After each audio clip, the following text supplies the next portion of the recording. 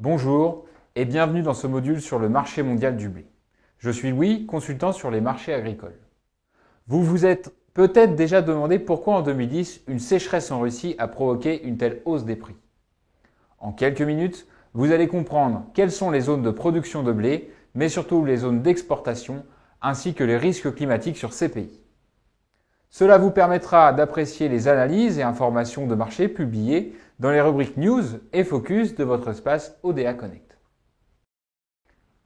Le blé est principalement produit dans l'hémisphère nord. Les pays exportateurs sont majoritairement à climat tempéré et continentaux. Nous pouvons citer les USA et Canada, l'Europe et pour la mer Noire, l'Ukraine, le Kazakhstan, la Russie.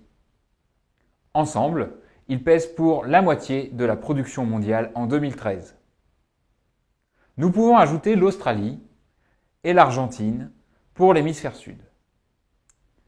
Si la Chine reste le premier producteur mondial de blé, son impact sur le marché est limité en raison de leur bilan import-export relativement neutre. En effet, le prix se forme sur les flux d'import et d'export de marchandises. Visualisons donc ensemble les principaux flux. L'origine européenne et l'origine mer Noire s'exportent principalement sur les pays du Maghreb et du Moyen-Orient. Sur les 155 millions de tonnes de blé importées en 2013, le Maghreb et le Moyen-Orient représentent près de 50 millions de tonnes, soit 30% du flux mondial.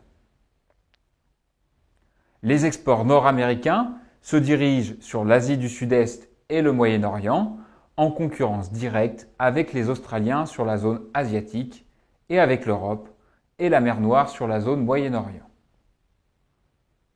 Enfin, les exports argentins se dirigent exclusivement sur les autres pays sud-américains comme le Brésil.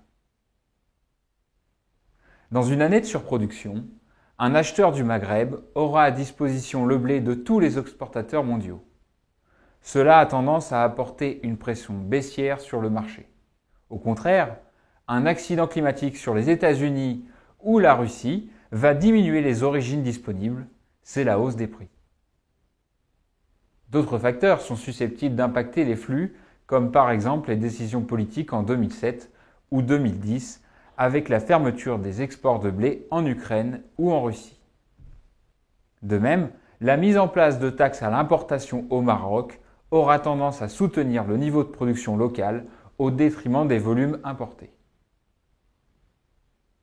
Vous connaissez maintenant l'importance des différentes zones d'exportation et d'importation, ainsi que les risques qui pèsent sur l'offre et la demande.